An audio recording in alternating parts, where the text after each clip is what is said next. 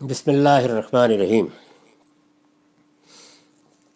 عن عبداللہ ابن مسعود قال خطبنا رسول اللہ فاسند ظہرہ الی قبۃ عدم فقال الا لا يدخل الجنہ الا نفس مسلمہ اللہم هل بلغت اللہم اشہد اتحبون انکم ربع اہل الجنہ فقلنا نعم یا رسول اللہ فقال اتحبون ان تکونوا ثلث اہل الجنہ قالوا نعم یا رسول اللہ قال انی لارجو ان تکونوا شطر اہل الجنہ ما انتم فی سواکم من الامم الا کالشعرۃ السوداء فی الثور الابیض او کالشعرۃ البیضاء فی الثور الاسود۔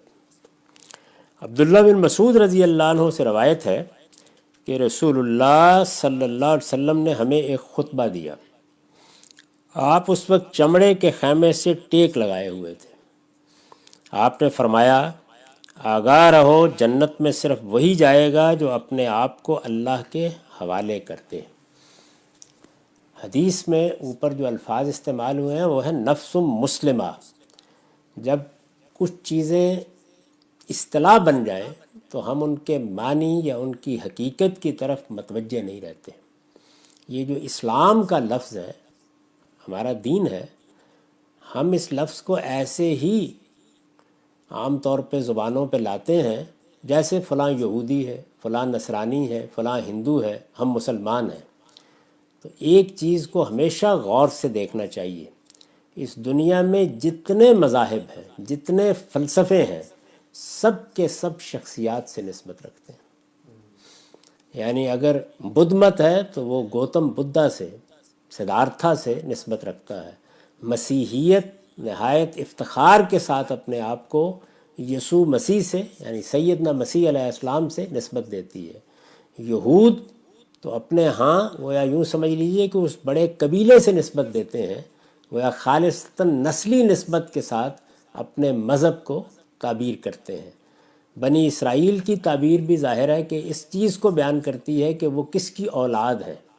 اسی طرح کا معاملہ سب مذاہب کا ہے جتنے بھی ہیں۔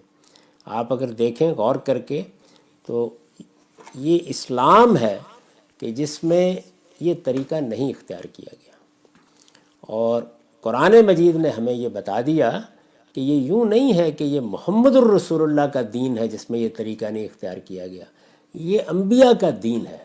تو گویا تنبیہ کر دی کہ آدم علیہ السلام سے لے کر محمد الرسول اللہ صلی اللہ علیہ وسلم تک جو اس دین کے آخری پیغمبر ہیں، اس دین کا نام اسلام ہی رہا ہے۔ ان الدین عند اللہ الاسلام۔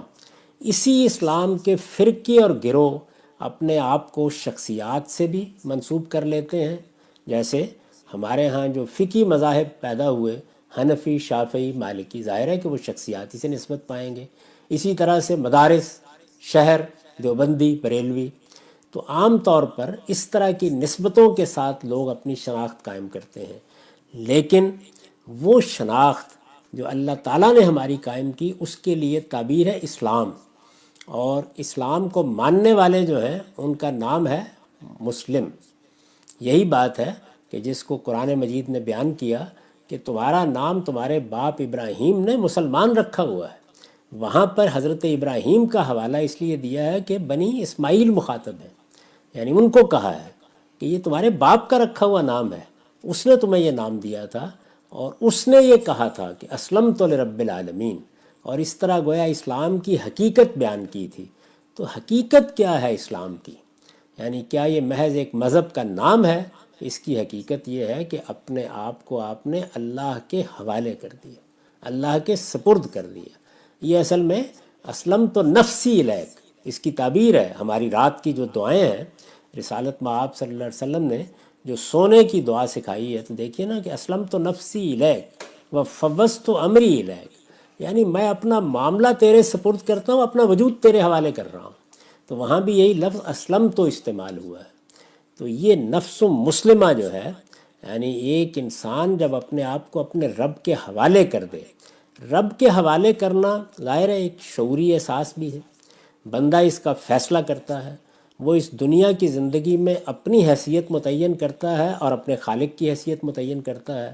جب اس شعور کے ساتھ وہ کھڑا ہو جاتا ہے کہ میں بندہ ہوں اور وہ میرا مالک ہے، تو گویا جو ربط اور تعلق پیدا ہوتا ہے وہ عبد اور معبود کا تعلق ہے، ایک غلام اور آقا کا تعلق ہے۔ تو یہ عبد اور معبود کا تعلق ہے کہ جس کو قرآن مجید نے ایک اصول کے طور پر بیان کیا کہ وَمَا خَلَقْتُ الْجِنَّ وَالْإِنسَ إِلَّا لِيَعْبُدُونِ۔ تو عبادت کیا ہے اصل میں؟ اسی اسلام کا ظہور ہے۔ یعنی بندہ جب مسلمان ہوا اور اس نے اپنے آپ کو اپنے رب کے حوالے کر دیا، تو اب اس کے شب و روز، اس کا اٹھنا، اس کا بیٹھنا، سب کس حالت میں رہنا چاہیے؟ عبادت کی حالت۔ وہ خدا کا حکم مانے گا، خدا کے حدود کی پیروی کرے گا، جہاں اجازت دی ہے وہاں پر اس اجازت سے فائدہ اٹھائے گا، جو تفریح کا موقع دیا جائے گا آقا کی طرف سے تو تفریح کے لیے چلا جائے گا، کہا جائے گا کہ واپس آؤ اور آ کر حی علی الصلاۃ اپنے سر نیاز اس کی بارگاہ میں جھکا دو، تو آ کے سر نیاز جھکا دے گا۔ اس کو اگر دکان پر بیٹھے ہوئے سیاست کرتے ہوئے دنیا کے معاملات بتاتے ہوئے ادھر سے بتایا جائے گا کہ یہاں تمہارا مفاد جو کچھ بھی کہہ رہا ہو تم انہیں اخلاقی حدود کی پیروی کرو گے، تو ظاہر ہے کہ وہ ان سے سر منہ انحراف کا سوچے گا بھی نہیں۔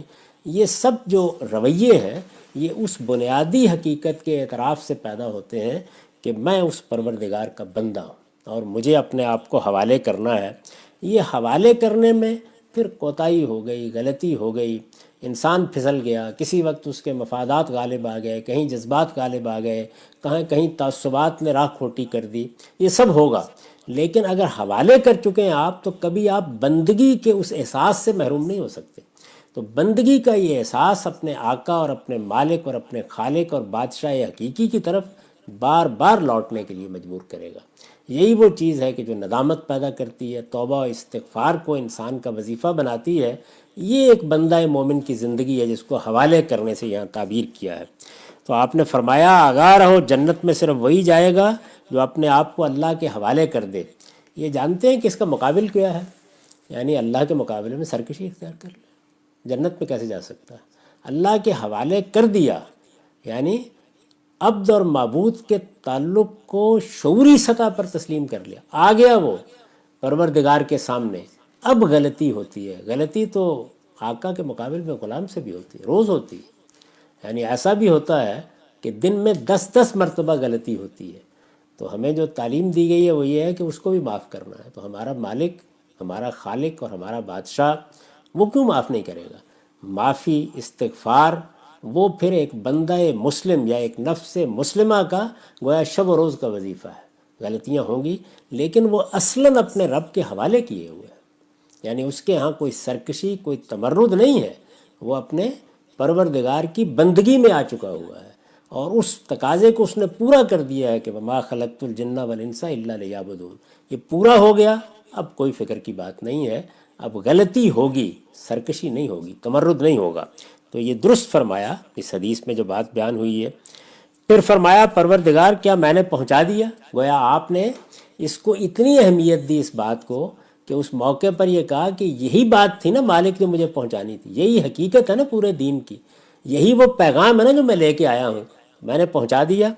پروردگار تو گواہ رہنا۔ پھر لوگوں سے پوچھا کیا تم اس بات کو پسند کرتے ہو کہ جنت والوں میں تم 1/4 ہو؟ یعنی آپ نے یہ پیغام پہنچایا اور اب گویا بشارت کی کیفیت پیدا ہو گئی۔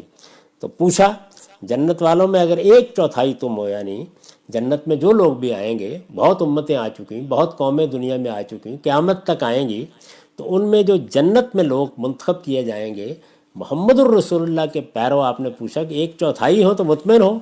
ہم نے عرض کیا ہاں اللہ کے رسول، یقیناً، یعنی بڑی بات ہے اگر خدا کی جنت میں 1/4 آبادی محمد الرسول اللہ کے ماننے والوں کی ہو تو بڑی بشارت کی بات ہے۔ آپ نے دوبارہ پوچھا کیا تم اس بات کو پسند کرتے ہو کہ جنت والوں میں تم 1/3 ہو؟ یعنی گویا تھوڑی تعداد بڑھا دی۔ لوگوں نے پھر وہی جواب دیا کہ ہاں اللہ کے رسول، یعنی کیا کہنے ہیں اگر 1/3 ہو جائیں۔ فرمایا میں امید کرتا ہوں کہ جنت کے لوگوں میں تم آدھے ہو گئے۔ یعنی حضور کی اپنی امت سے یہ امیدیں ہیں، چونکہ آپ کی طرف سے روشنی میں سارا دین دیا گیا ہے، قیامت تک کے لیے تاریخ کی روشنی میں ہم کھڑے ہیں، اللہ کی کتاب ہر وقت ہمارے ہاتھوں میں موجود ہے۔ تو آپ یہ توقع کر رہے ہیں، میں امید کرتا ہوں کہ جنت کے لوگوں میں تم آدھے ہوگے۔ اب ظاہر ہے کہ یہ بات آپ نے کس لحاظ سے کہی کیا اس وقت جو مسلمان تھے تو اس پر میں نے وضاحت کی ہے کہ اس وقت کے لحاظ سے نہیں، اس وقت تو تم دوسری امتوں میں ایسے ہو، مطلب یہ ہے کہ یہ بحثیت مجموعی ہے، قیامت تک جو کچھ ہوگا یہ میں اس کے لحاظ سے کہہ رہا ہوں کہ آدھے ہو۔